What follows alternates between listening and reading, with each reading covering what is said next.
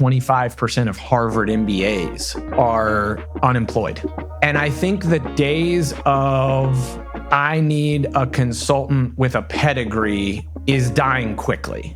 And I think what's rising quickly is you can't coach want to or hustle.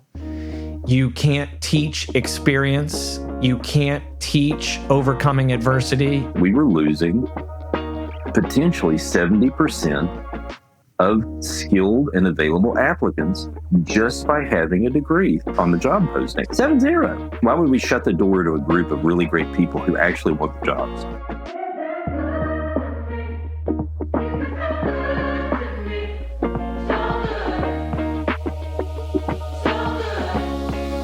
All right, y'all, welcome back to another episode of Ever to Conquer. I am super excited today.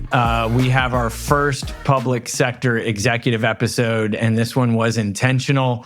A good friend, but also a topic that I'm really passionate about. And I think if we're going to kick off the conversation about how to transform public sector technology, it starts with the people, and there's nobody in the country that I would rather have kick off that conversation for us than the one and only Jon Rogers, who is the Director of Strategic Workforce Planning currently at the Indiana Office of Technology. Jon, it's great to have you today, brother. Hey, Jamie, this is an honor. Those are very, very kind words. It's a far nicer introduction than I need, and your people are going to actually think that they're saying something important now. It's other than just listening to you. I mean, it's... I like to say that every time I get a flattering intro when I go speak somewhere, that somehow they knew my mom and my mom wrote my intro, because I'm like, that is like only my mom could write that about her youngest child. But it's true in this case. I love it. I love it. Well, my grandmother will appreciate it. So good. Thank you. Good. But it's true, right? So why don't you just kick off a little bit? Tell folks kind of your background. You've got a really cool background. You've got a really diverse background, and if you maybe start with what you've been doing at IoT, kind of high level, and what brought you there. Yeah, no problem. So right now, again, Director of Strategic Workforce here for the Indiana Office of Technology. This is an HR adjacent function. We are very collaborative between our agency and Indiana's State Personnel Department, really on everything that is recruitment, hiring, retention, culture, workforce initiatives, all the good things that help support tech jobs here for Indianapolis, for the state of Indiana, for our executive branch. So I've been with IoT now since summer of 2018. Wow. So coming up on 7 years, and that's the duration of my state time, coincidentally also, although as you mentioned, switching agencies, going over to get a larger workforce as it happens in just a matter of a couple of days. So this is a very interesting way to close a chapter, if you will, on these initiatives. But we have been doing some really interesting things to try and get more people a chance in information technology, to get more talent in the door here at the state of Indiana. And what we found is that purely traditional post and hire recruitment was not working for us.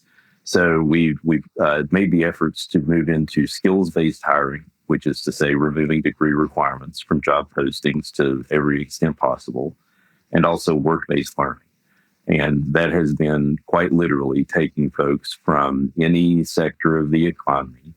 They could be factory workers, truck drivers, Amazon drivers, doesn't matter what they're doing, have some great mechanics, and reskilling them over the course of 12 months into careers in information technology and security. So whereas in 2019, somebody would have been running the Weber Grill here in the Circle City Mall. That person today is the vulnerability manager who's been eliminating literally millions upon millions of vulnerabilities in our security profile here within the Indiana Office of Technology. And I'm incredibly proud of what we've been able to do in finding wonderful, wonderful people, and over the course of about 12 months, reskilling them into opportunities that are incredibly meaningful for our agency, for the government, for our citizens, more broadly. But To double click on that real quick, just to make sure. Yeah, please. Because we'll talk about the story of how we met. Sure. But I want to make sure I'm tracking. Is that a real story of a person that was running a Weber grill at a hardware store, I think you said, and the Circle City Mall? Yeah. So a mall restaurant to a vulnerability manager. Real story. In 12 months or less? Yes. So big shout out. I'm not going to hijack it, but Fidel, the story we talked about there, that we had kind of a similar situation where it was. Talk to me about, and I know we'll take a deeper dive. Actually, we'll come back to that in a second.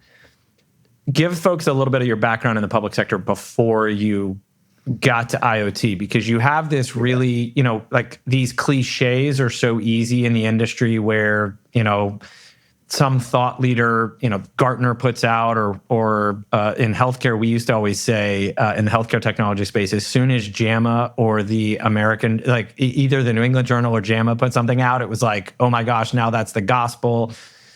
You said skills-based learning and work. Skills-based hiring, work-based learning. Yeah. How would you define those for my mom who doesn't know anything about that? Like, what does that actually mean for somebody that says, because I think the setup here for the question, I think I've yet to meet a CIO, a CISO, an agency head who says, man, I just have an abundance of resources. I have too much talent. There's way too much, right? Like everybody's trying to figure out, like, how do I get the water's coming over the boat? And it's like, we need sailors that can bail the water out of the boat. And yet there's all this talent around that can be kind of uplifted, repurposed.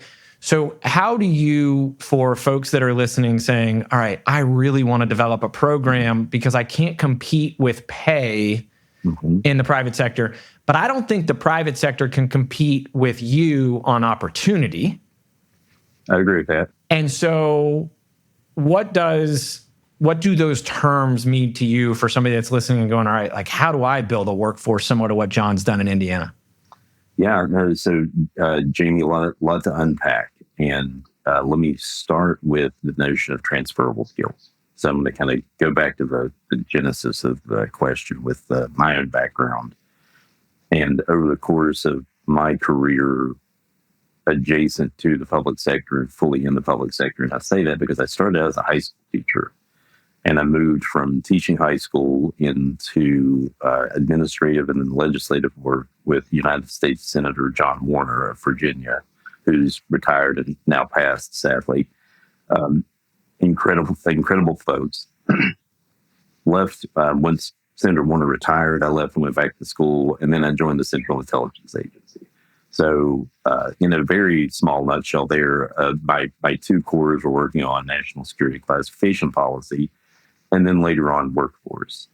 And I bring that into play because, obviously at the Central Intelligence Agency, you're not drawing upon, other spy agencies, for example, to get your experience. You have to. So it's not like we're saying, "Oh, how nice that you were, serving in the Connecticut intelligence." I can't even really. I'm workshopping the joke. So one might actually say that if you have experience at another spy agency, you perhaps should not be working at the CIA. Yeah. Also, you're exactly right. It's a bit of a natural barrier. It's a disqualifier. Right? Yeah. And maybe you would just put that on your resume, right? Yeah, a lot of things. So, what I learned from workforce there, or rather had reinforced, was that what you're looking for are folks who have these sort of acumen, behaviors, psychological skills, the ability to do things like critical thinking, incredible critical thinking, strong communication skills. Folks who are very determined and very resilient for a public sector career, and you want to find them from areas where they've demonstrated that. For example, in the tradecraft for information management, you're looking for people who are able to do things that are adjacent to information and data management. Maybe they've been librarians, for example, who have experience with taxonomies and assignments and understanding how systems fit with each other. And maybe that's a person you want to do data management, for example.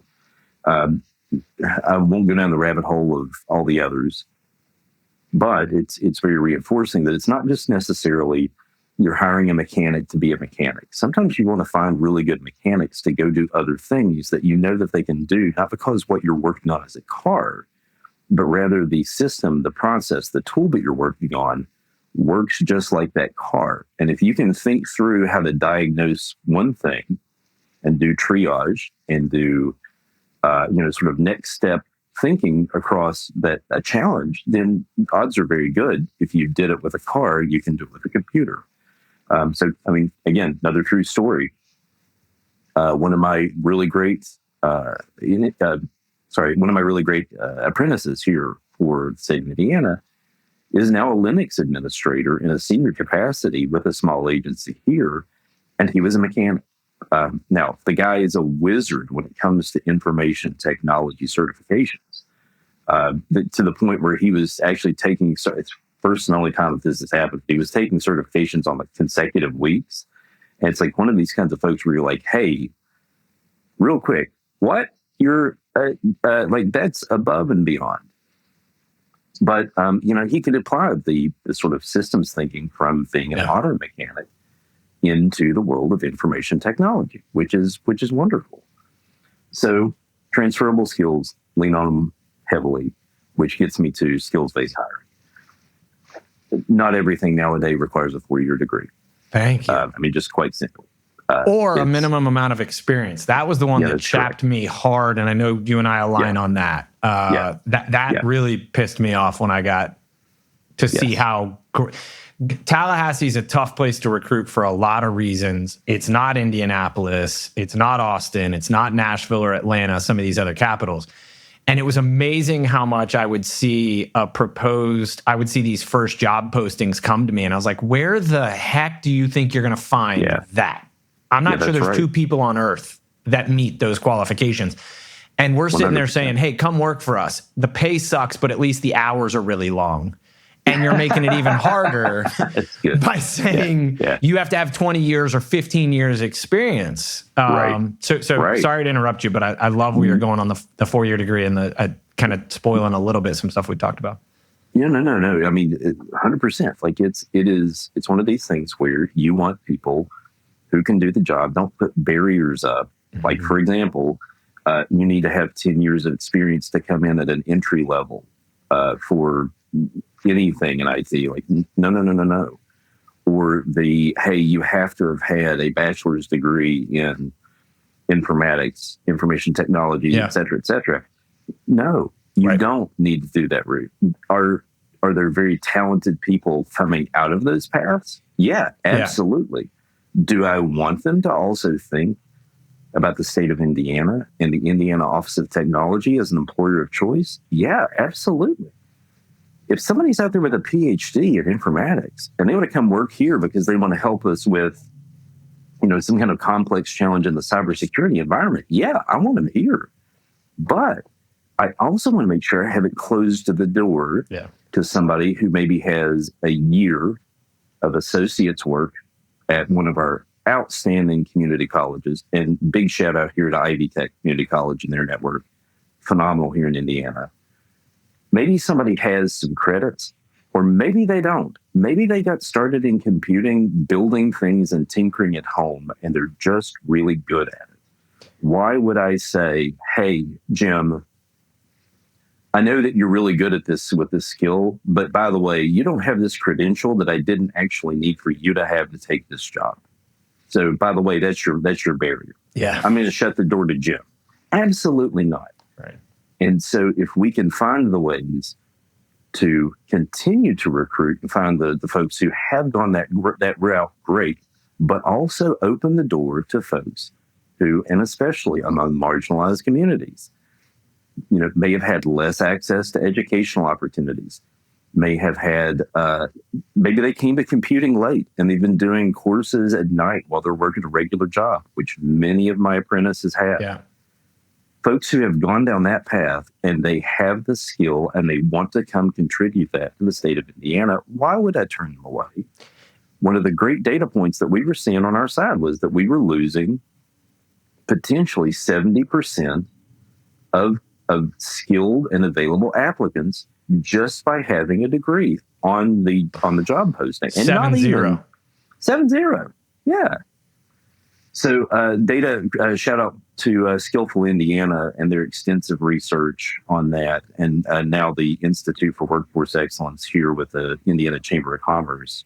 They've done some really wonderful stuff to back that all up, to show like, hey, why would we shut the door to a group of really great people who actually want the jobs? Jon, I think you just touched on something that I hadn't thought about yet, because and I know we're going to get into some of this, but on this point specifically, there's lots of talk about how AI is going to take jobs, which I think is crazy. There's never been an invention or innovation in the history of society that led to less jobs. It changed jobs, it displaced some or pivoted them.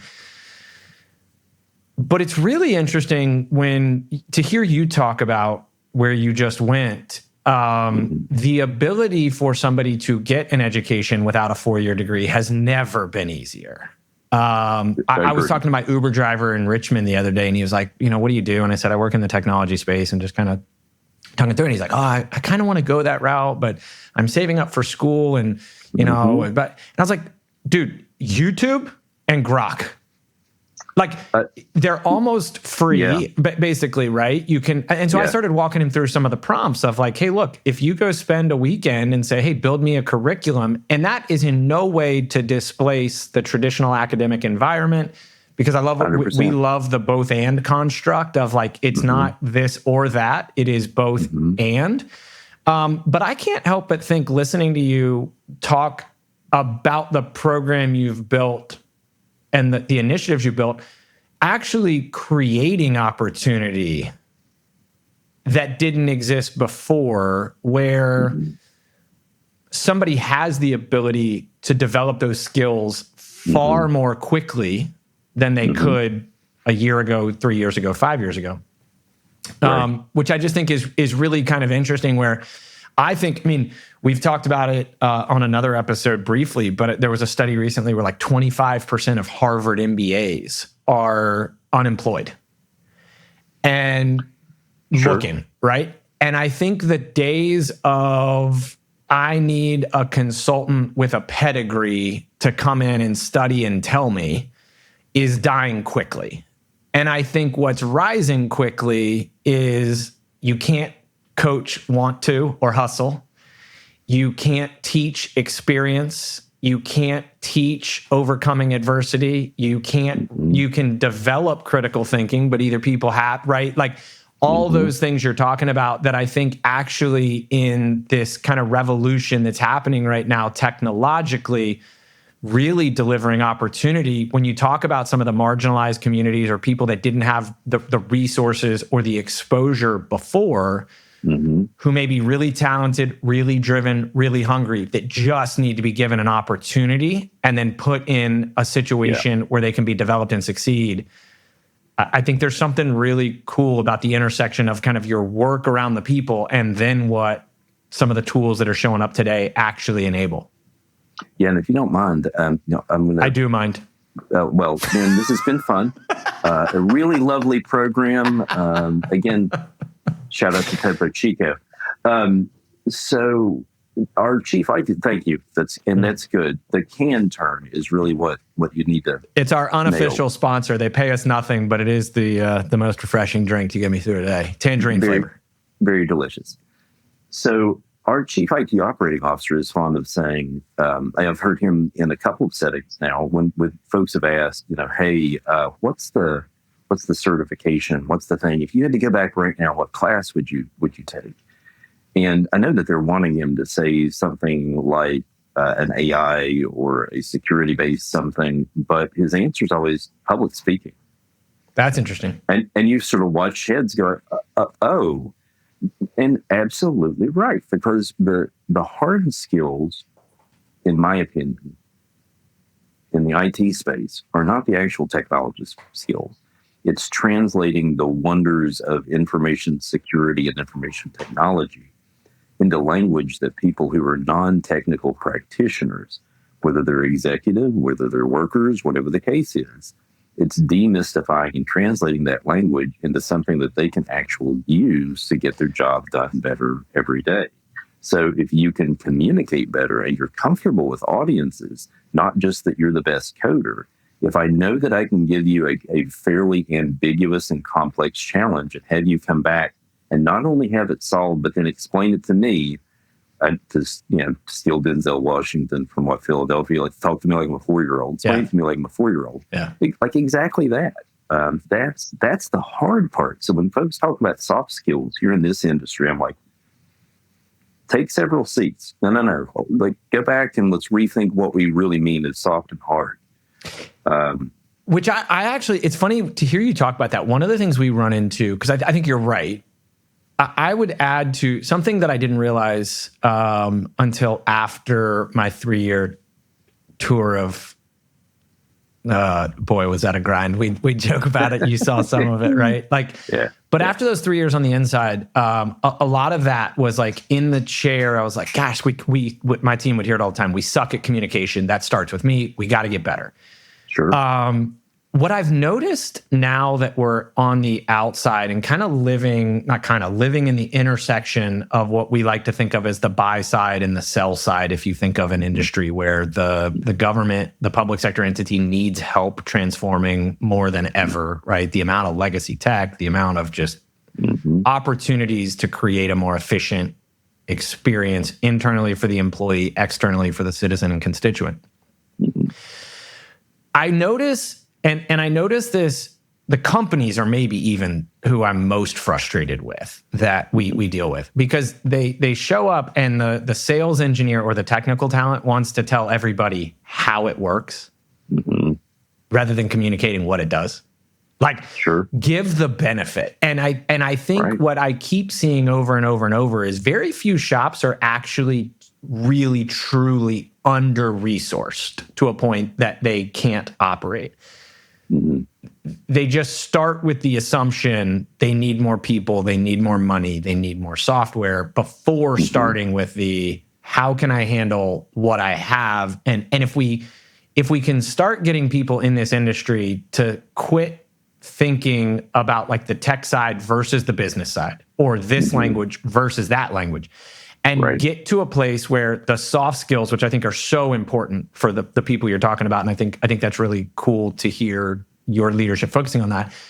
And then also saying like, hey, look, they don't want to know how it works. They don't want a user manual. They won't want a click-through demo. They want to see a scorecard and how it impacts their job. Like, why is that other person on the other side of the table? And that connectivity or depth to understand it's not the public speaking only from the perspective of, am I comfortable public speaking? Am I stretching and getting to me like to an uncomfortable place to grow? It's also, what does my audience care about and how do I deliver that?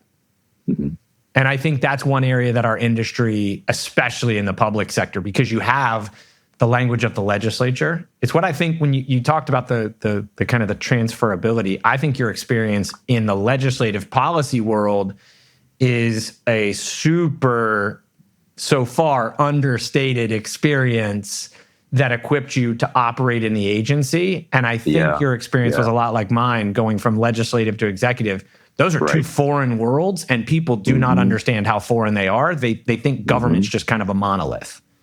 Well, and let's take that even like 25% further, because like you're nailing it 100%. And great example, transferable skills.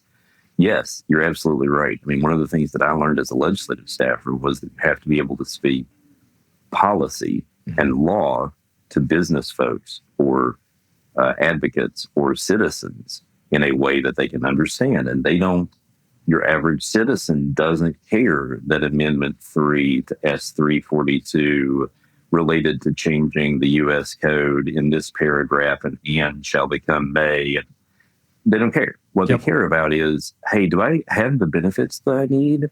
Hey, is my kid who's a soldier getting the support they need? Hey, is my spouse who's in Veterans Affairs, are they getting the service they need? They don't care about what the sausage was. They just care about the outcome. Yeah. And you're 100% correct.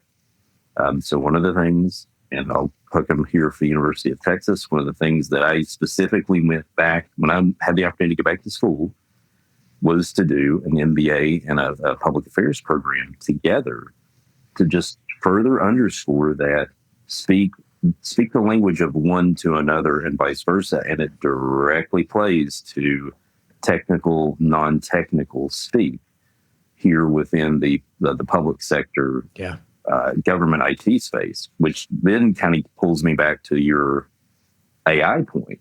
So from the outside, if you're looking at AI, it probably seems very magic bullet. Like, here's this thing, and it's going to eliminate the need for maybe all these workers, and look, magic solution, and I can still go get my driver's license and pay my energy bill, and not one person is needed. Okay, notionally neat. However, as we know, short-sighted, because for every innovation in the AI space, we have to consider making sure that in setting up that solution that we're doing it without bias. Have we built the system? Have we given the AI enough intelligence and the right intelligence to really produce the right informed choices? Mm-hmm. And until that's perfect, like rockstar perfect, and is also able to adapt to the nature of human nature on empathy and considering privilege and all the other good things, well, then AI is really no more to us than like Microsoft Word. It's nice and it helps me to do something a little faster, maybe. It may give me some insights and some efficiencies that I didn't have previously sitting on a typewriter. Yeah. However, not a magic bullet. And then on top of that, it's got to further be curated, secured, like all the good things around it that requires the human element of information technology. So I think it's like anything else that's hit the zeitgeist and modern consciousness, going all the way back to the radio. Radio, TV, internet, all these things. At some point, somebody has said like, "Whoa, not today, Satan." And then there's a whole other group of people who are like, "No, this is like actually cool. Let's find out what that is." Now we're revisiting that again today with AI. What is it really, and what can it really do for us, and what are the cool things we can do? But we're going to need people to develop that. Couldn't agree more. The term shotgun, like we say we're riding shotgun in an Uber, that literally comes from horse and buggy days, right? The car didn't displace the need for a driver. There's more rides there, right? So the distinction, bank tellers is one of my favorites. The bank teller union was like, "Not today, Satan." Yeah. And there's more bank tellers today than there were when they started protesting ATMs that were going to displace them, right? Yeah. And now if you took the customer experience back to wait in a line to walk up and deal with somebody to get cash, we would revolt as customers. Mm-hmm. And also true, there are more bank tellers today in America than there were at the advent of the ATM. So I think everything you're saying is spot on. I think where we can really get people going, when we talk about workforce in the public sector, I was blown away at how many awesome, talented people I inherited when I took the job, right? Because I'd never worked in government. You don't know what you're getting. You hear all the cliches and stereotypes. And we built an awesome team recruiting, but we also were augmenting a lot of awesome talent that was already there.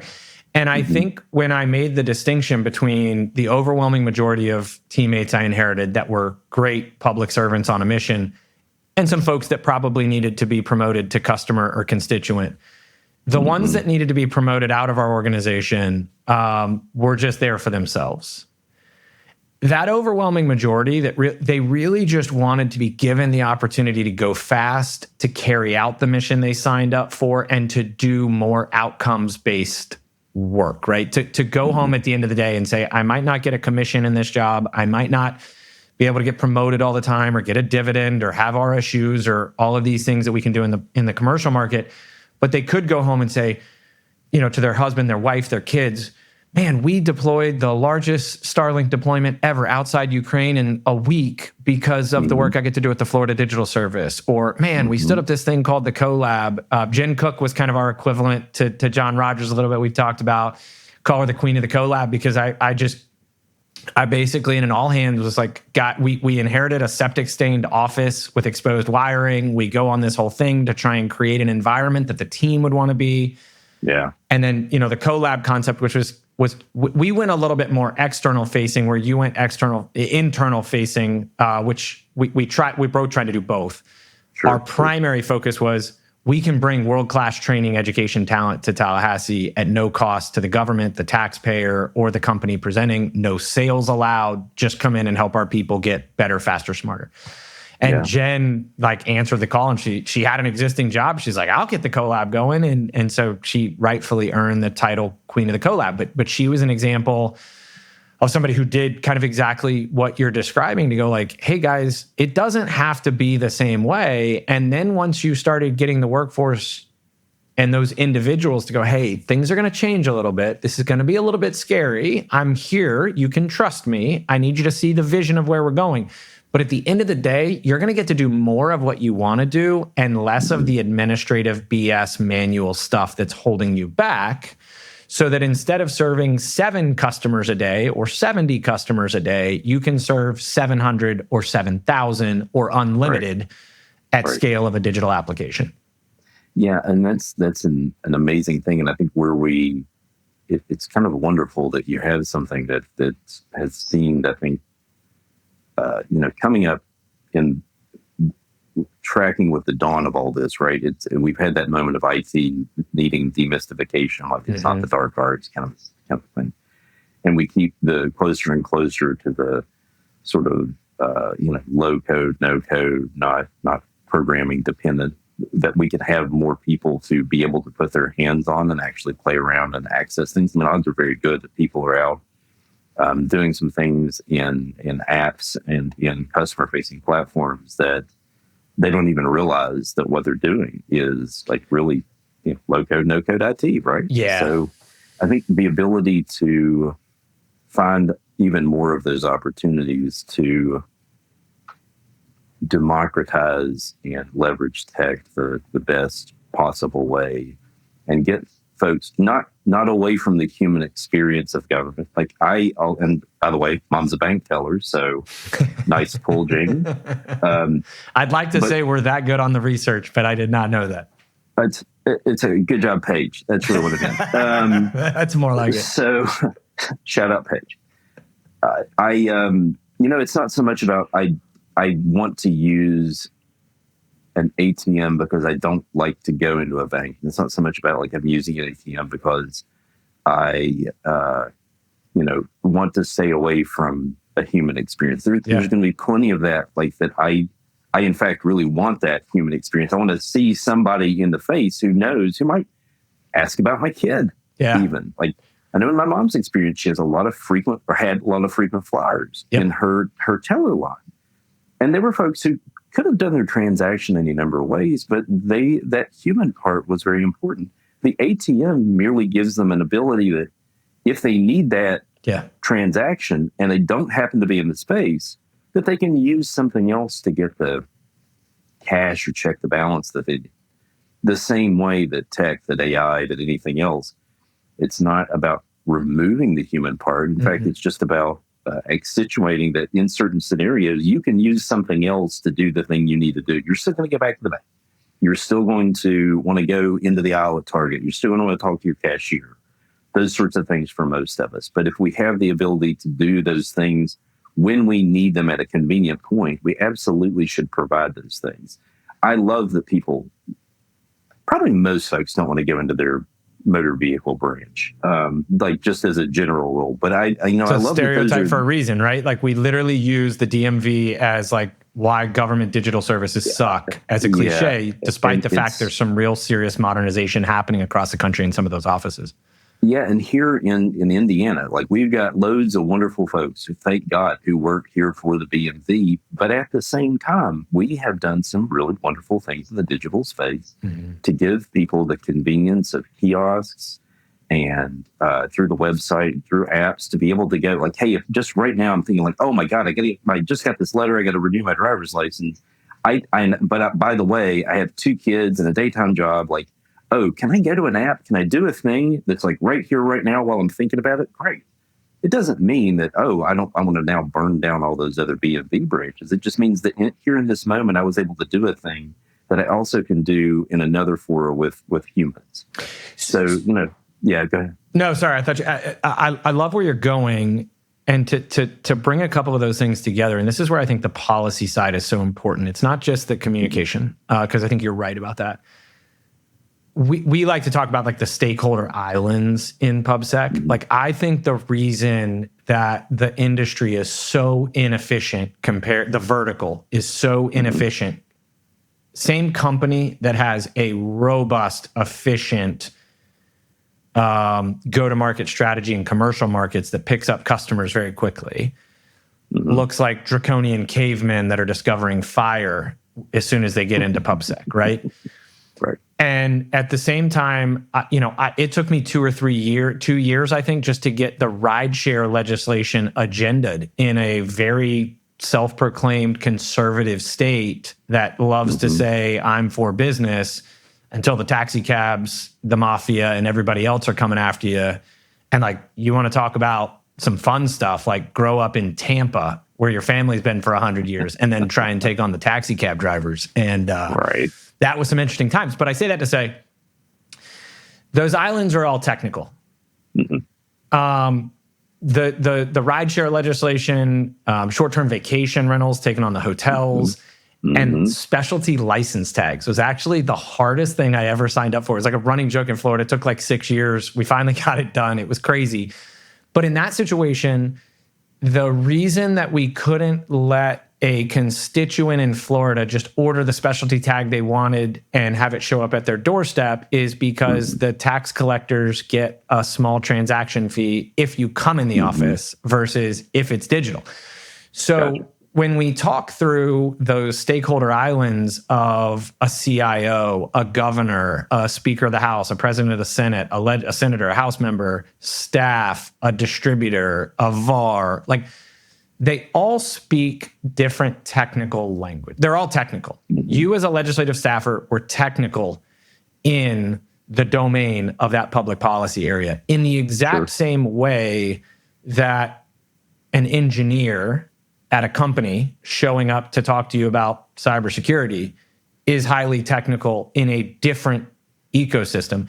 And I feel like, to kind of your point, we're giving people, there's less gap, I think, in these islands. Like, it's getting better and better and better as people get educated, exposure, have access to. And I think we're at this inflection point. I want to take you here because you have an interesting timeline on the inside, kind of similar, different but similar to mine. You had pre-COVID and then COVID. I jumped straight. I came in post PPE, COVID, and pre-vaccine. So I jumped right into the Emergency Operations Center for the first 6-9 months, whatever it was. Statement first that I think we aligned to, and then I want to have you kind of touch on quickly here. I believe that we are in the very beginning of the golden age of software in the public sector. Like, I think we're just scratching the surface. Are we ready? And why are more people not talking about the people part as the top of that funnel rather than having the technology at the top of the funnel? Like, why aren't more governors' offices finding a Jon Rogers to say, if I really do want to modernize government, I need to have people at the top of the funnel and figure out how I do the gap analysis, the strategic analysis, the solution design, actually know how to write the purchasing document, actually know how to manage this thing we bought so that we get SaaS instead of like shelfware almost that we use a fraction of. How do you see your role and where things are going when it comes to, okay, wait a minute, we don't necessarily need to build everything ground up anymore. We don't necessarily need to be completely dependent on system integrators. We can put the system integrators in a place where they're maybe no longer billing us for time and materials, maybe billing us on outcomes, a lot more productivity that takes a zero off of the dollar amount of these historic boondoggles. But I think the major unlock to making all of that potential reality is the work you're doing by putting people as kind of the sandwich around the technology to say, like, how do we persistently recruit? And then how do we get the technology? And then how do we have the people that are able to maximize and extract all of the value out of that software? So I'm not sure if I'm going to stop me if I'm not going down the right path. There is no wrong path here on the Ever to Conquer is the beauty thing. Like, I think it's all that Topo Chico. So good focus. I think part of the issue is that technological solutions integrated into government, it's still sort of now we have X, therefore all of Y will work perfectly. Yeah. What's the magic bullet of the thing that's going to make our jobs more effective? And it's a very we found it and we bought it and now we're great. Yeah. No, hold on. Not unlike the hydraulic press or anything else in technology since the advent of time, we have to have really wonderful people to solution out the need. Then we have to have really wonderful people to determine if the thing that we want to do can work in a way that is going to be meaningful. And then another group of folks who have to determine, hey, wait a minute, do we have the resources? Are we able to afford and budget for that thing? And then, by the way, what is that solution that we want to invest in? And then how do we make sure that when we've integrated it, that in fact it's going to continue to do the thing that we want to do? And by the way, because it's technology, flash forward 6 months, and maybe that thing is doing exactly what we needed, but the tech has evolved in a way that all of a sudden something else would be radically better. And we don't have the flexibility typically to just say, for better or for worse, oh, hey, wait a minute, let's pivot. It's more of because again, stakeholders, everybody has a voice into that. Wait a minute, we just helped you purchase X. What do you mean you need something else now? Right. That thing was supposed to work. Well, it does work, but look what we could do, turning this dial or making this adaptation, and the list goes on, right? It's such a dynamic tradecraft. It's such a dynamic and versatile area of service delivery that unless you have the ability to be very nimble and pivot, and similarly with the skills of your employees, you don't just want people going to school right now to learn mainframe. Yeah. Learn servers. Stop. You want people to be very flexible and able to understand all the nuances of their technology, from the security to the implementation to the long-term delivery of what the thing is supposed to do. And you want somebody that, if today your cloud provider is Amazon and AWS, but then tomorrow you decide, hey, you want to shift to Google or go Azure, you don't want to have the people who are responsible for your AWS be like, well, I don't know. Like, no. You want to find solutions and people who have that agility to go across different things and do that when you need it. And then come back to the environment, which makes it very difficult for us to innovate quickly. I think there's a couple things I want to touch on real quick there, because I think you really hit on something there. I think, and our dear friend jokes she's a sister from another mister that introduced us. Mandy Crawford used to really lead on this nationally in the CIO room. I want partners, not vendors. And that's kind of become another cliche as it's been distilled down. So when we get back to what it really means, I like to think like the characteristics or how I think of what vendor behavior looks like versus partner behavior. Vendor behavior wants a transaction that creates lock-in, right? They are trying to take advantage of all of those things you just described to say, hey, look, software is a transaction. It's a transaction that's going to have a 1, 2, 3, 5 year cost on it. They're incentivized, quite frankly, on that playbook to go tell the governor's office, this will automatically solve all your problems.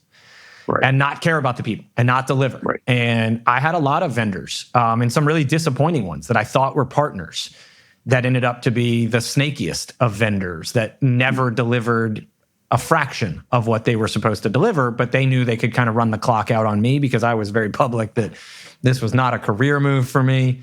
So like that's the vendor side. The partner side, I think, looks at it much more and says, here's the outcomes we can deliver, and we want to earn the renewal.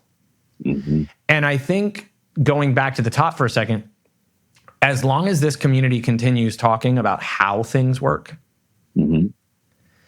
and as long as we continue failing to mm-hmm. explain how we, like, the one how I think that's missing sometimes is explaining the purchase or the strategy and the design.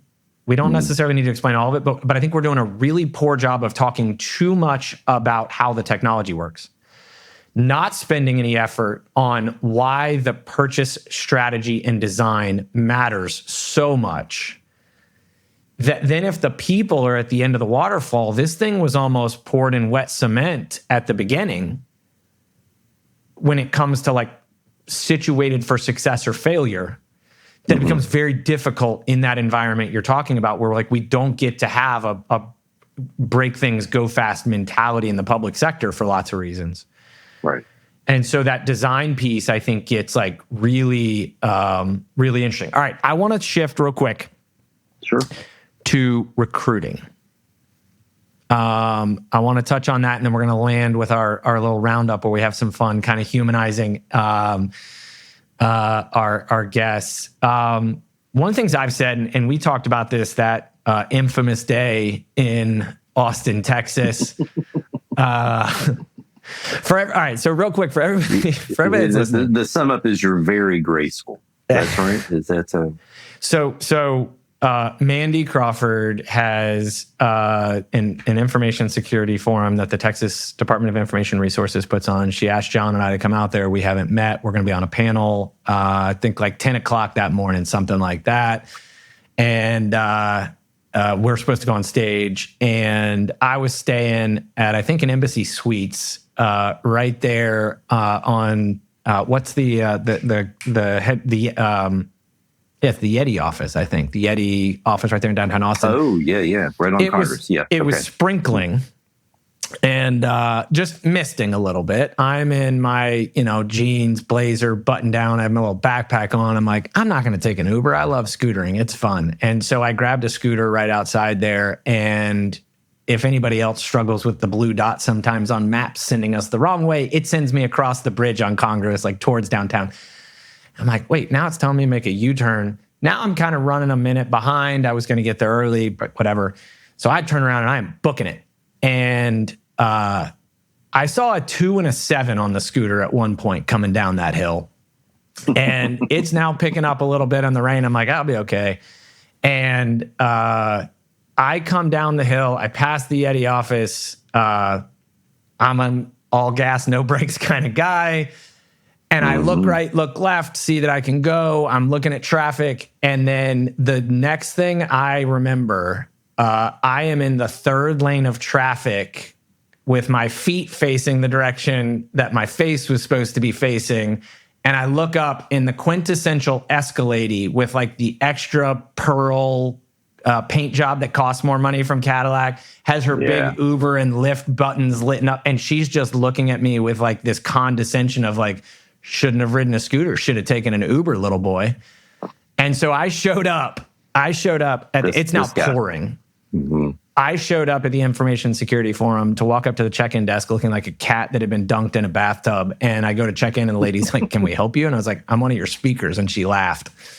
And so I had asphalt all over me, got it cleaned up enough. John and I met, but we have begged. Nobody could do it. I gave Mandy, we called on Sellison, Chris Stewart, everybody we knew, like everybody, we're like, you can have open license to use the footage because there was a traffic cam there. We've never been able to get the footage, and it's one of like my big regrets because I still to this day don't know if I flipped or I don't know what I did. But my older siblings gave me so much practice tripping and falling by shoving me that I somehow broke nothing, and it worked. But congratulations. We met that day. That's the chuckle of the infamous day. We met that day on stage, and one of the things I think I said that day, but I've been very vocal, we have to stop talking about recruit and retain as if it's one thing, like our people are chattel, or like recruiting is not, everyday unrestricted free agency. Walk me through kind of your mindset, because I always felt like it's my job to create a culture that people wanted to be in. And then if they had the opportunity to go somewhere else with an opportunity, like I thought if people aren't trying to hire my team, that's a real problem. Like that's an indictment if people are not trying to hire away from me. That's saying I'm not doing a good job recruiting. And so I wanted my team and had a couple examples where I wanted people to come in and say, hey, I've got this opportunity. And I would kind of tell them, like, I'm happy to dust off the recovering lawyer skills and negotiate your deal for you. Like, make that company negotiate with me on your behalf. But I want you to be able to walk into the executive that's responsible for this organization, freely able to talk about, I have this opportunity. I don't know if it makes sense. Talk to me about it. So I tried very hard to show them, like, I don't own you. You are not chattel. Right. Let's touch on real quick, kind of your philosophy around that and some of the stuff you've done about how to effectively recruit, and then sometimes letting the little birdie fly out of the nest, sometimes promoting them, sometimes, what that looks like for you. Yeah. Let me stick for a second with the letting folks go option, which one of the things so for our work-based learning program, which is State Earn and Learn, or SEAL, and we're the first state agency here in Indiana to try out this very wonderful methodology that our colleagues in the Department of Workforce Development have with work-based learning. That I won't get too far into the weeds, but essentially we're registered apprenticeship without the registration. We're just focused on the apprenticeship step. It also means we have less money for it, but noted. So one of the things that we've always done with our SEAL is not to have any kind of continuing service agreement. There we go. Yep. We don't require our folks to say anything on paper or verbally. Oh, yes, by the way, if I go through your program, I'll stay with you for the next 36 months or anything like that. I love that. I love that. Sorry. No, it's okay. It's me too. And one of the reasons that's the case is because, well, one, I don't personally like having to do service agreements. I've worked under them before. It didn't make me feel great, even when it was presented in a completely humane way. Even if I wanted to be there, I felt like I was in a cage. Yeah, that's right. That's exactly right. So one of the things that we've done is to not have those CSAs, because we want to make sure that our folks, that in the event that out in our wonderful tech economy here in Indianapolis, in the state of Indiana, that if somebody's recruited off of our program, and I'll sort of sanitize a real world example. We had somebody who was in our program, incredible individual, and she had done about a decade or more working for a grocery store, and which honestly, total sense, because she's fantastic at customer service. She has a great demeanor. She's incredibly bright. We were fortunate to have her in the program. She was about to graduate and was speaking with a friend that she went to high school with. And as she told me, she was like, we were just chatting, catching up. I hadn't seen him in a minute. And as he was asking the normal, hey, what do you do? What are you up to now? And she was telling him, like, yeah, I left the grocery store and I'm doing this now. And she didn't realize, she said, about 75% of the way through, like, I didn't realize it, but it became a job interview. Mm-hmm. And in fact, he had a local small business and needed a systems admin senior. Yeah. And she came back and she said, hey, I want to graduate. I want to go into IoT. But like, this has come up and it's really appealing and I'm really conflicted about it. And I told her the same thing I have and would tell anybody else in the same scenario. You go take that job and you succeed in that job. And whenever somebody asks you, hey, how did you get into IT? You're like, oh yeah, by the way, it was that program at the Indiana Office of Technology. Yeah. There's no better brand advocacy than somebody who has gone through, succeeded, and then wants to tell somebody else, that's how I got here. That's a win for us. That's a win every single time, even if that person is not working here at the Indiana Office of Technology, because that story will spread. Dude, others hopefully will want to do the same things that we're doing here with our people. And then to put one more extra slide on that, Jamie, this is a real point of pride for me, is that she was conflicted about making the leap, not because she didn't have confidence in herself, but because she really wanted to work for us.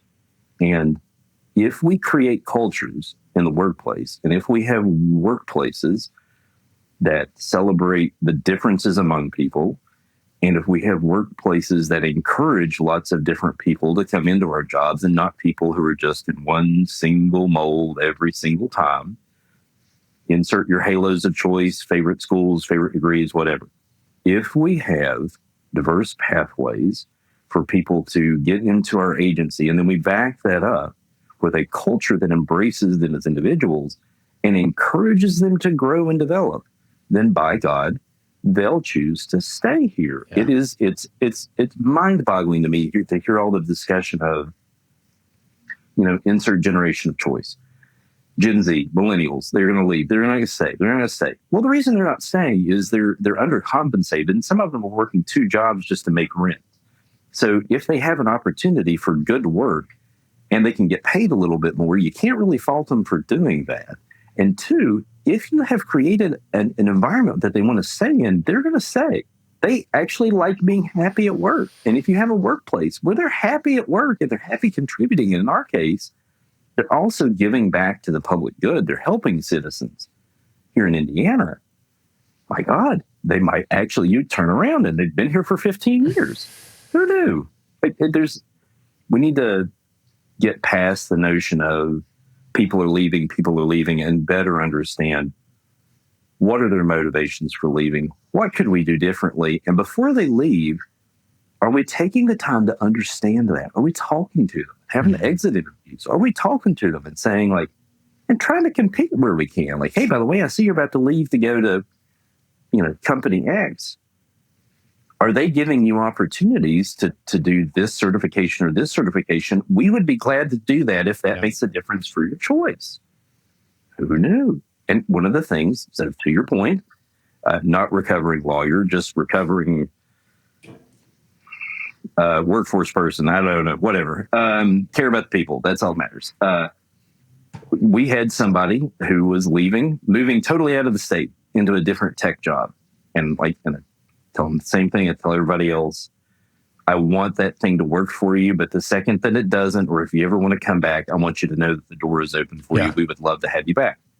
And I told him, and he was having a little bit of a crisis of consciousness, I'm not sure if I'm doing the right thing. I don't know if this job is right. I said, well, look, take these questions to the new employer.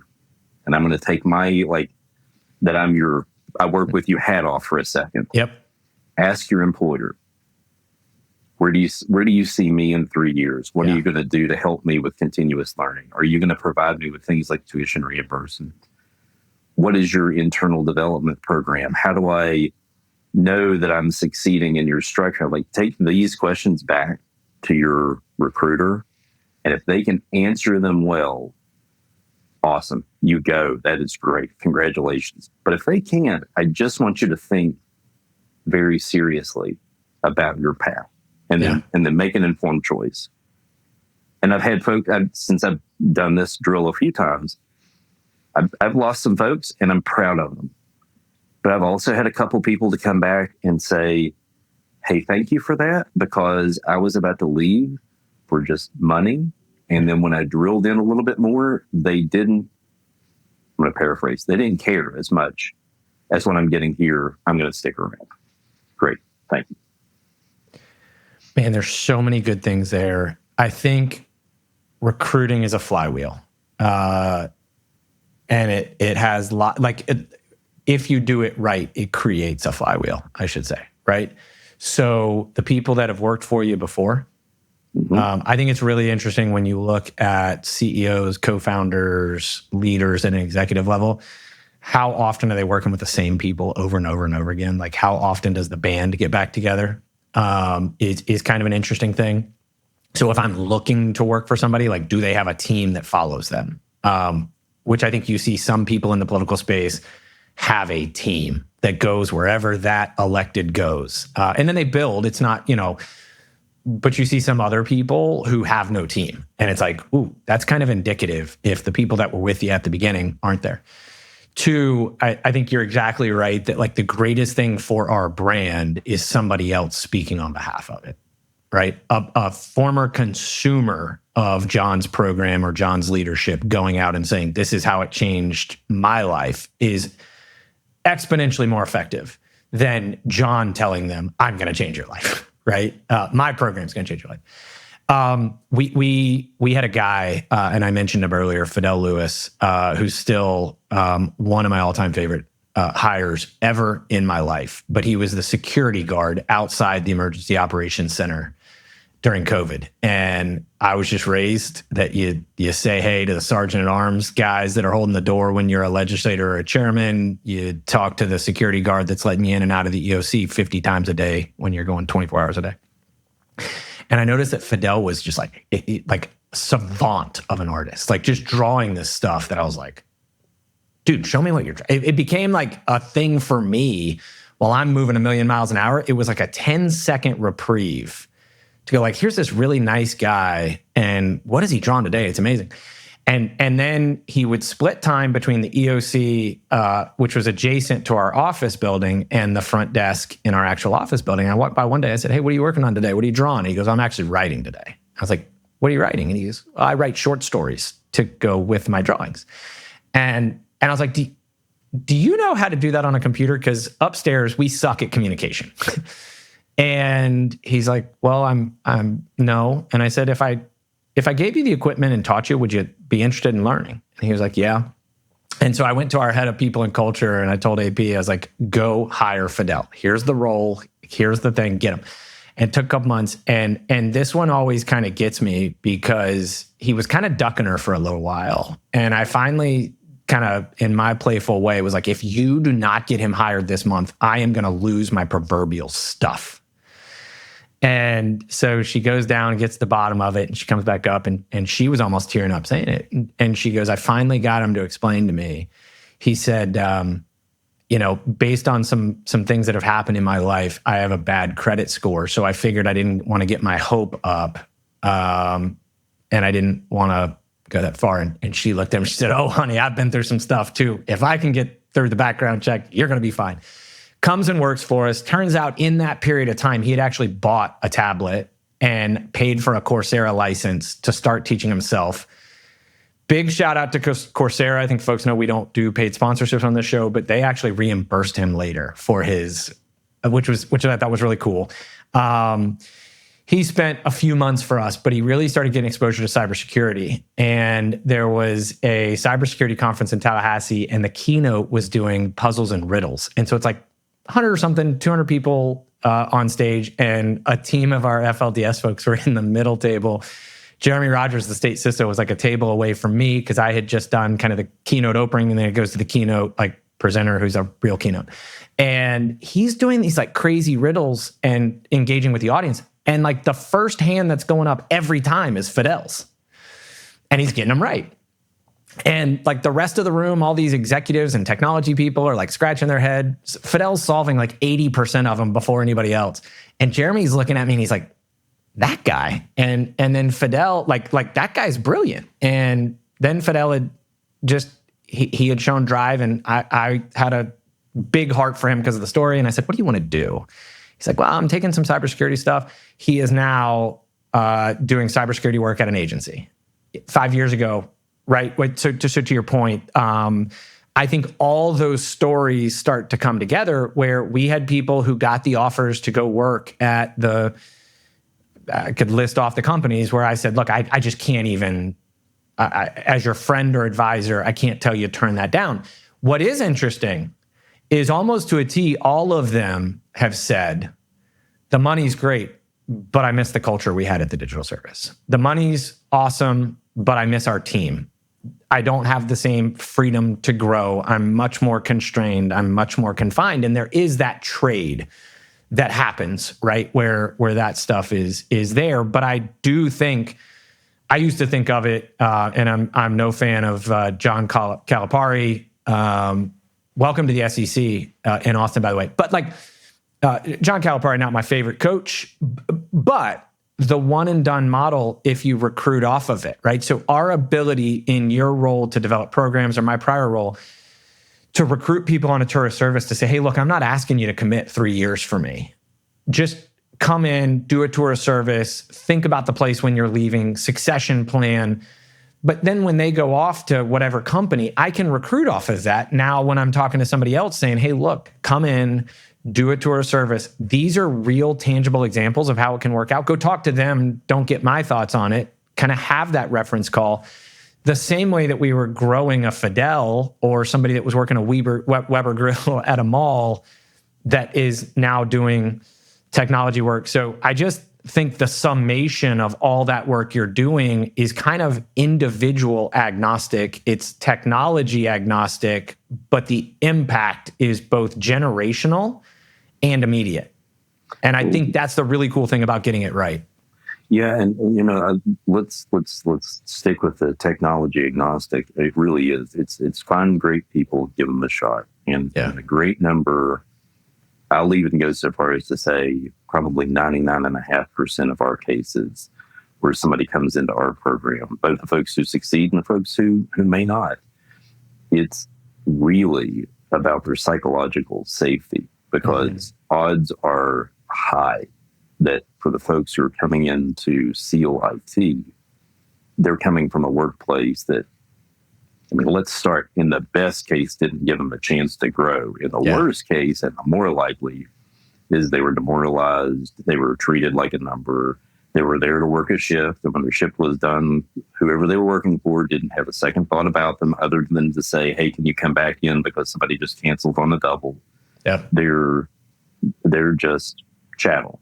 Yep. And that's the case, sadly, in a number of workplaces, and especially ones that are more likely to have folks who are younger and starting their careers and are trying to get their bearings as adults, and instead they're entering workplaces that are not supportive, but just to grossly understate. So at the very least, what we are saying is, hey, we believe in you as a person.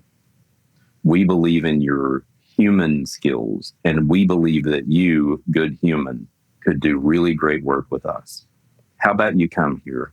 How about we teach you some really useful things that you can use that will help us, but it's also going to build your career.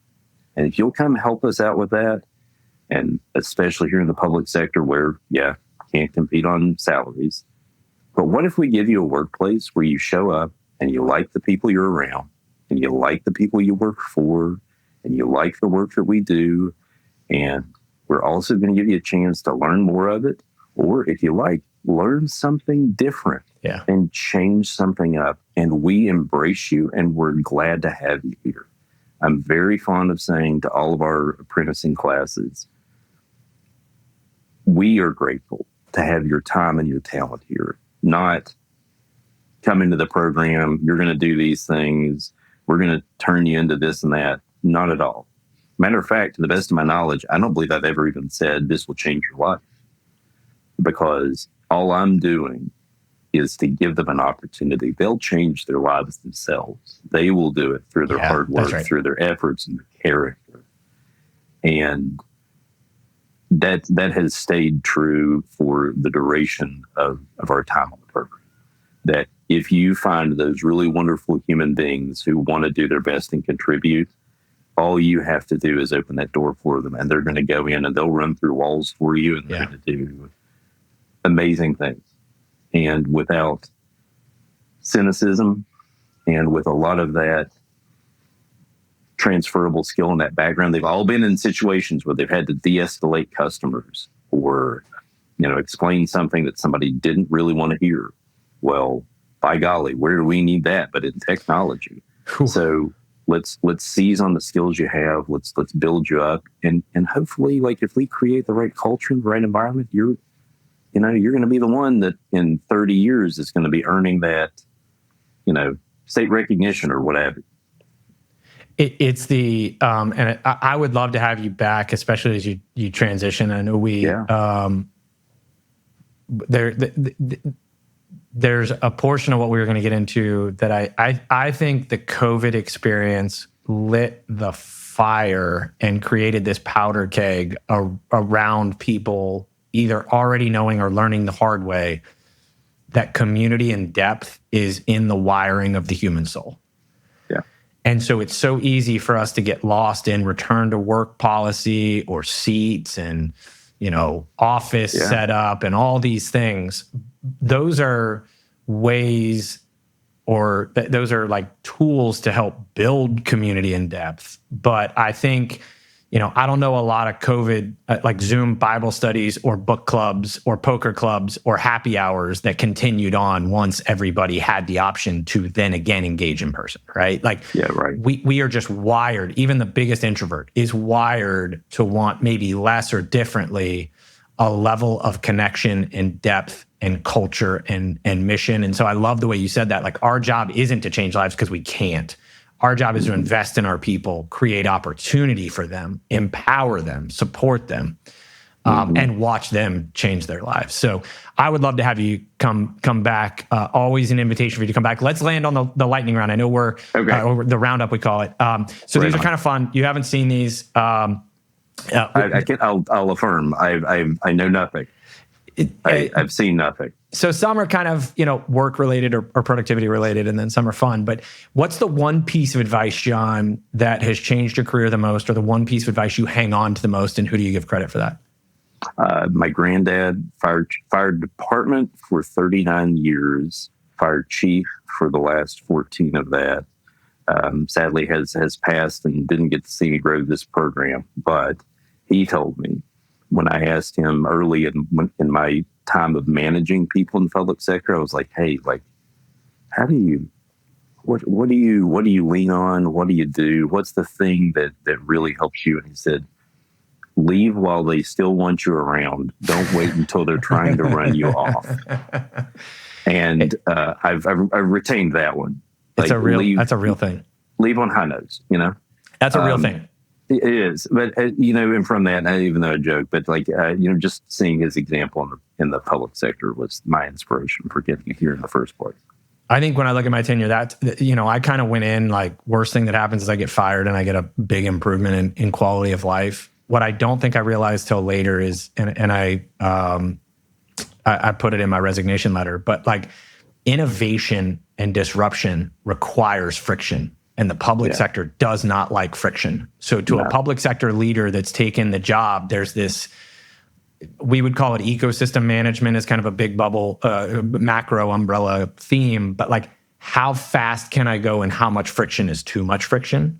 Right. And there's no mathematical formula for that. I think I definitely leaned into, I don't care if it's too fast. I think if I could go backwards in time, I would have stepped back a hair and said, maybe I can accelerate overall momentum by eliminating some of this friction. But at the end of the day, you move the cheese and the mice get mad, and disruption and innovation takes money out of some people's pockets that like it the way it is, that don't want the status quo to change. And so, how do you look at it and make sure that you leave on a high note? I didn't necessarily, and I don't know where I am on this. I didn't necessarily care if I left on a high note. I cared that I left saying I gave everything for my team. Absolutely. And whatever note I left on, who cares? 100%. But I think that mentality probably also created extra friction that I could have avoided at times. Well, and I think too that like sometimes it's not even just, hey, I could still move fast, which I'm with you. I'd have the same thing going in that sort of mental time machine. The one thing I put on myself is, hey, maybe sometimes where I was going fast and even was right, had the right intentions, maybe the way I explained it, or maybe the way that my message came across had more noise than message. And so learning forward, how can I do that better, still moving fast? Dude, Erin Isaac was somebody I did a lot of work with. She was my kind of crisis communications director when we were going through just a crazy legislative session of stuff. And my team was like, hey, we need somebody that's like really experienced national news and all these kind of things around some constitutional amendments. And she looked at me one day and she said, your problem is you still can't decide whether you want to be right or be heard. I was like, both. Why are you limiting me? You know, but it's a piece of advice that has shaped me so much. And so many times in that CIO job, I would get so frustrated with the bureaucracy and just the people who didn't understand what needed to happen, and I was so focused on being right, and oftentimes wasn't heard. And I think that's one of the things that it's hard to do, but I love where you're kind of going on that, which kind of makes me chuckle, because I do have a tendency to care about being right more than being heard. And it's like, wait a minute, what if we just focused on being heard? All right, do you have a hack, a practice, a productivity tactic that is like a cheat code for Jon Rogers, that with everything you got going on, there's kind of this one framework or practice or hack, a tool, something that really helps you lock in and optimize your time? Yes, absolutely. And their names are Lucy Langford and Maya Gomez. And those are my two wonderful teammates, because they are themselves, well, they're far better humans and professionals than I am. So for those of you listening and want to dive in on LinkedIn, you need to poach them away fast. But they're incredible humans. They're incredibly skilled at what they do in our workforce tradecraft, in the development of training and employee development and all the good things. And their work and their capability helps me to focus on other things. And I've learned in my career, there's no use in gatekeeping. Why do that? Why micromanage people? Yeah. Find really good people, put them in the lanes they need to be in, give them meaningful opportunities to do good work, and then let them do that work and get out of the way. Yeah. You know, we operate on a no surprises sort of approach. Like, you know, if something's going to really hit the fan, like, let me know, because I want to know what sword I'm falling on, which I'll always do. They get all the credit. That's great. I'll take the bullets. But getting rid of gatekeeping in the workplace, letting your talent actually use their talent and not getting in their way all the time, like that's an easy answer. To your point, John, I love that. We would say to our team, bad news ages like red wine. It's just that the red wine's been open the whole time. It's not getting better, it's getting worse. And I think as leaders, we either encourage bad news to travel fast and accurately, or we kind of encourage disinformation, or we discourage the information we need to do our job. It's almost binary. I also love that your answer, it's so on brand, because I think great teams are exactly what you just, they're a meritocracy that's diverse. And that diversity requires me to find people that do the things that they're great at, that I suck at. It's the, if I could only afford one tutor for a kid that was struggling in one class and excelling, they had an A+ off the charts in one class, and they had a C- in another class, but I can only afford to tutor them in one, I'm tutoring them in the A. Like, invest in what they're great at, get them through the thing they struggle with, but like build that team with A+ players that are offsetting your C- skills and talents. I love, that is so on brand that your cheat code is people. All right. Something you do to totally unplug. Like if you're just getting away and you're like, I got to shut my brain off. I want to shut my brain off. I want to just be. What is that thing, or where is that place? That's Lego with my kids. Unequivocally, they're building. This is not just, I've got data with this. This is not just parent bias. I mean, they're 4 and 7, and they're building sets that are beyond those ages, and I'm incredibly proud just watching them build, because they're creative joy in things and not just following the instructions, but like, but what if this was this? That's a godsend. I've got no better answer than that. What if, hear me out, what if the age ranges on a Lego box are the equivalent of the job requirement on a position description that are artificially holding children down? That's the full circle right there.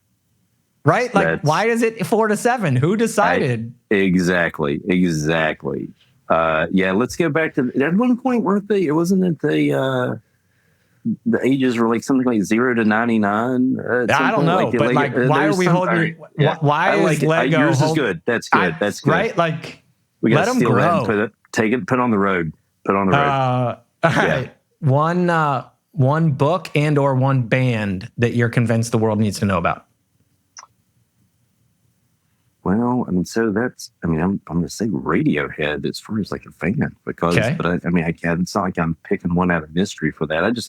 And that's more of a, not because it's Radiohead and I really enjoy it, but that the musical creativity is there. And I was actually using the same example to of all things, talk to my 7-year-old about how she was expressing something as a negative, like, oh, that's awful. And I said, well, no, that's not awful. It's just something that you don't enjoy. Yeah. But somebody else might. And sometimes we have to respect that things are very creative and unique. They might not be your thing, but that thing is actually quite good. And that, I mean, it's like, that's Radiohead for sure. It's like, you can very much not like them or very much enjoy them, but regardless, they are musically creative. I think as we get older, we appreciate the talents, right? Because we start to realize how hard things are. And it's like, look, that might not be my flavor of music, art, sport, whatever it is, but man, that's impressive. And I think as kids, we're just so wired, like I saw something a while back that really stuck with me, that either metaphorically or literally, children want things or gifts. Adolescents want experiences. Adults want community and relationship. And I think like when we go through that journey, we kind of get to a place where it's like, man, I don't necessarily, that's not my version of music or art or sport, but I do appreciate how hard it is to do that, where maybe as a kid, it's like, I don't like the thing. I want a different thing. Yeah. All right. This is a pick 'em. Okay. Either what's the wildest thing you've ever done to try and impress somebody and did it work? Or what is your hottest, most controversial take that you're convinced shouldn't be a hot take at all? Oh, that's a brutal kicker. Okay. Wildest thing. Okay. Yeah, that would, I'm going to take the first one. And I think this is, I may be taking the layup on this one, but that was the, and I don't know if this is necessarily a try to impress, because it was just the facts, but getting into a job here in the Indiana Office of Technology, as it happened to start in our security team, I was running our risk and compliance program, and coming off of the Central Intelligence Agency. So I definitely was interviewing with a couple of folks who they were just like, "Hey, where again?" Like, yeah, that one. In fact, I had to do a couple of my interviews, like had to sort of leave work, find a place, be able to use cell phones and all that kind of jazz. Like I went through the full mystery box for actually getting online with these folks. And so it's, kind of like, but really, where again? It's like, yeah, that one. Like that's the one. Like, but you want to do, like, you're coming to, wait, what? Indianapolis, though. I'm like, I know, and it's family, and it's important. Okay, cool, but where's the work again? Like, yeah, I know. And, God bless him, our chief information security officer at the time, lovely fella, fantastic, incredibly bright, but I'm fairly certain that he definitely loved my former employer, and it also allowed him forever to say, "Yeah, I pulled somebody from there. I poached from." This is talk about that's a first round draft pick you can brag about. I love it. Yeah. All right, if your office played a walk up song when you walked in the office, and you got to pick that walk up song before you took the plate every day. Okay, careful caveat there. I see. You get to pick it. What's your walk-up song if you get to pick it? So I would say OK Go's Invincible, which I also used to use for softball back at the University of Texas. That's awesome. To get hook 'em. When we had a little bit of fun with that and had some walk-ons, because I'd say it probably plays and has more energy than Radiohead's Creep as one enters the room. Probably sending a different vibe. Yeah. I'd be really curious to see what they would come on and say I'd be curious to know what the staff answer is, though. I may have to put that one out in the Teams chat and say top 10 things. I just got to ask this with Jamie Grant. If you had to call the shot on this, what would you all say? I would love to know what that's actually a great question for us to maybe rotate around. All right, last one. I'm sorry. No. I'm going to pause this because shame on me, but this is a good question transition sort of an item. We have multiple musicians here in my program. One of whom, Ben Eilers, is a part of not one but two different bands. One was solo project, Funeral Language, and Best Noodles in Town, which terrific band name. He's incredibly musically gifted. We're very fortunate to have him here at the Indiana Office of Technology, working on low code, no code, as it happens, and CRM. So let me just shout out to the world. Ben Eilers, the band Funeral Language, come for the music, stay for the screaming. It rocks hard. That's all right. But yes. Listen, we could not let you leave without bragging on your team. Thank you. All right, last one. Here's how we land the roundup. Yeah. First, you get to answer the question that the last guest left for you. And then you get to leave a question for the next guest. You have no idea who that next guest is. The one you get to answer is from a longtime friend, Cameron Duty, who I love this question. But he said, what is the one? He said he uses this at dinner parties all the time. Okay. And he said it just helps. It says so much about people. What is the one thing that you think you know for sure?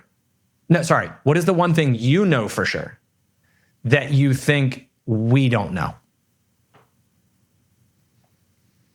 Like if there's one thing you know as fact that you don't think the rest of us listening today know, what is that one thing?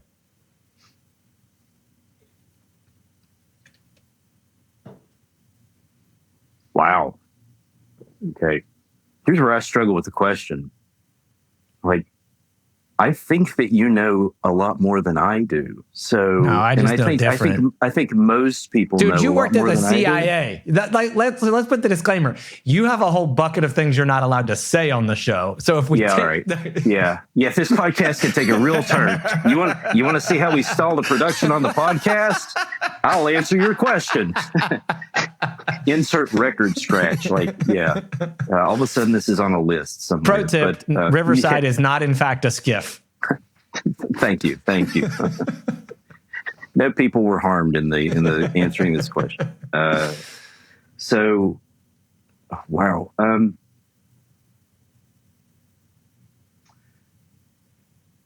That when doing work well, when finding the right people in a workplace, don't go for the skills first. Go for the human. Go for the human.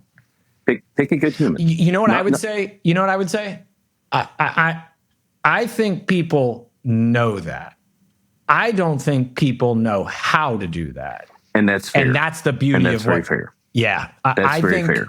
I think what you know that I have not come across anybody else that knows as well is how to take a tagline of invest in people and what can so many times be a warm and fuzzy cliche or a marketing line and turn it into real opportunity for people. Fair. I appreciate it. Thank you. Yeah, I think you know that in a way that I've not come across anybody in the public sector that knows how to do it and navigate all of the morass there. All right, so I appreciate that. What is, and we're going to put, I know we talked about it kind of in the prep, for folks that want to find you, we'll touch base on that in a second, because I think there's lots of public sector executives that can learn from your playbook and how you did it. All right, what's the one question you want to leave for the next guest? It can be anything. Subject to some threshold. We call this an unfiltered-ish podcast.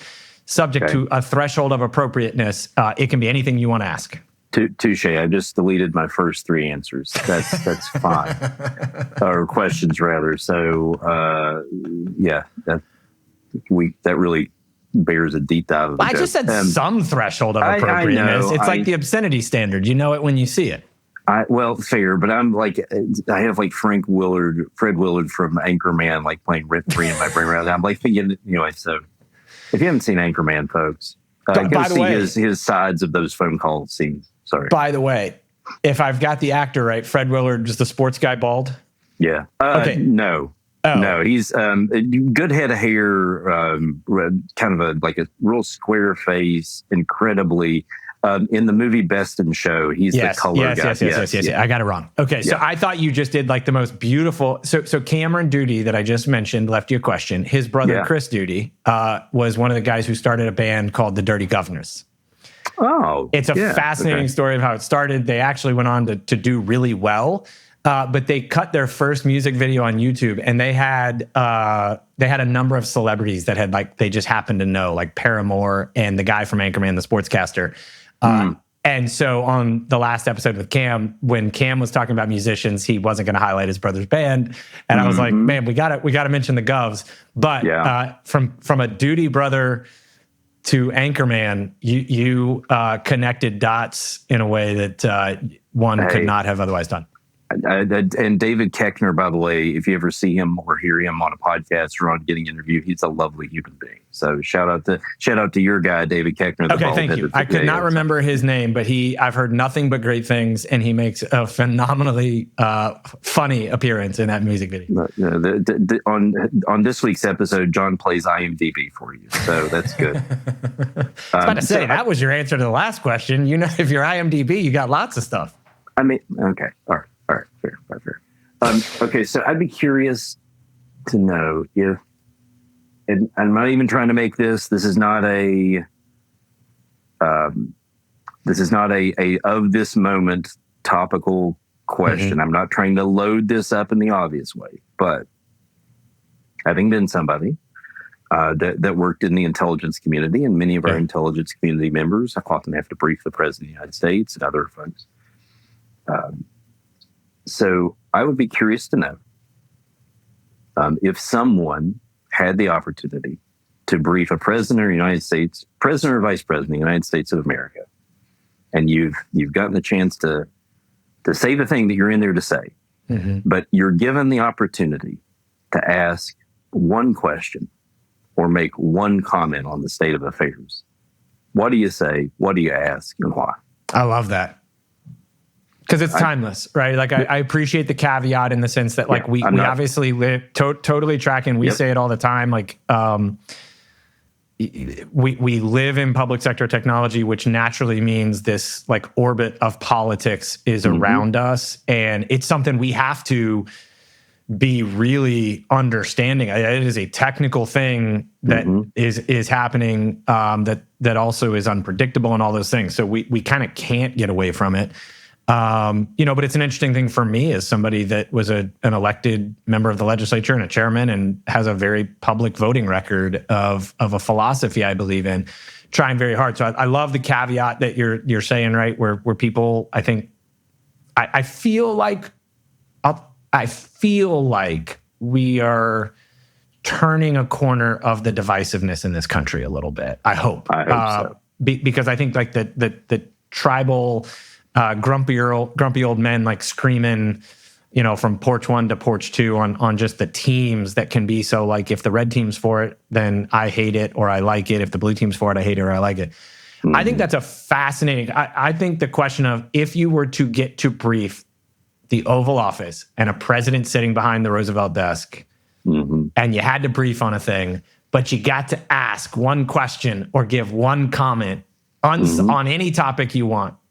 In that 1 minute, what would you say? And feel free, if it helps somebody out, pick some other president from any point in time in human history. You just happen to be in the Oval Office at a time. And I'm going to take liberty and go back very slightly to your hot take question, because this is since we are broadcasting, so to speak, I think the generation of individuals who are right now under the age of 30 will actually wind up being the country's greatest generation.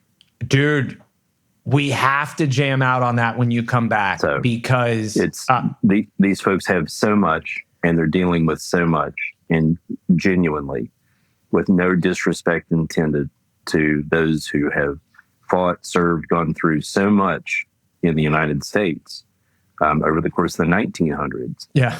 Of which loads. Yeah. the folks who today are under the age of 30, the things that they will deal with, the challenges that they will face, with the resources that they will have, will make them absolutely our greatest generation. I think that's a brilliant answer to that question. I'm glad you took that liberty. And I think I even notice it. It's I've talked about this in different contexts. I've noticed it in the hiring world, the dating world, the friendship world. Yeah. There is this, I'm 42, that group right behind me is what I would say created a little bit of the stereotype sometimes of the millennial that was entitled, that wanted it, that didn't really understand, like, go get it. Sure. And I've noticed, like, even in small groups, there's a number of guys that are 26, 27, 28, pushing 30, that are exponentially more driven, reliable, hungry, accountable, like all these elements than some of these folks that have 6-7 years work experience. I was talking to a good friend of mine who does a lot of hiring at a large corporation. She was saying, like, we're just skipping some of the mid 30s. Like we've learned that some of these mid and late 20s, and there's something, just like my age group was, there's like a 3 to 5 year bracket where we grew up, our meaningful years had computers. Some have said like the Oregon Trail generation, because in kindergarten we were playing the Oregon Trail. We were on a computer. I had to learn how to type and use a computer, but I didn't, the iPhone didn't exist either. And so there's, I think, these societal and cultural things that really do kind of shape generations. And I think there's two things. I think that 30s bracket kind of went through something, a series of somethings differently than the 20-somethings did. The opportunity that's shown up for those 20-somethings. And then when we have leaders like you saying, like, hey, I want to go find the right talent, the right drive, the right character, high integrity, those things are more important to me than a degree or a certification or even an experience sometimes. But to create those blended teams, and nobody in the country in the public sector has done and is doing more of that than you. So, well, that's very kind. I appreciate that a lot. Well, dude, we're going to put some information in the show notes. If people want to find you, I know that's changing a little bit. You tease that at the top. So we'll make sure people know how to find you. Guys, if you're listening to this and you're interested in replicating success in a playbook from somebody who has not just talked about investing in people and creating opportunity, but actually done it. Jon has graciously offered, obviously, his time today to give a little bit of exposure to it. I know we could go for hours digging deep, and I seriously would love to have you back when you want to. But Jon, thank you so much for taking the time today and coming to be with us. It's an honor, Jamie. Thank you so much. All right, brother. We'll talk to you soon. Take care, sir. Take care.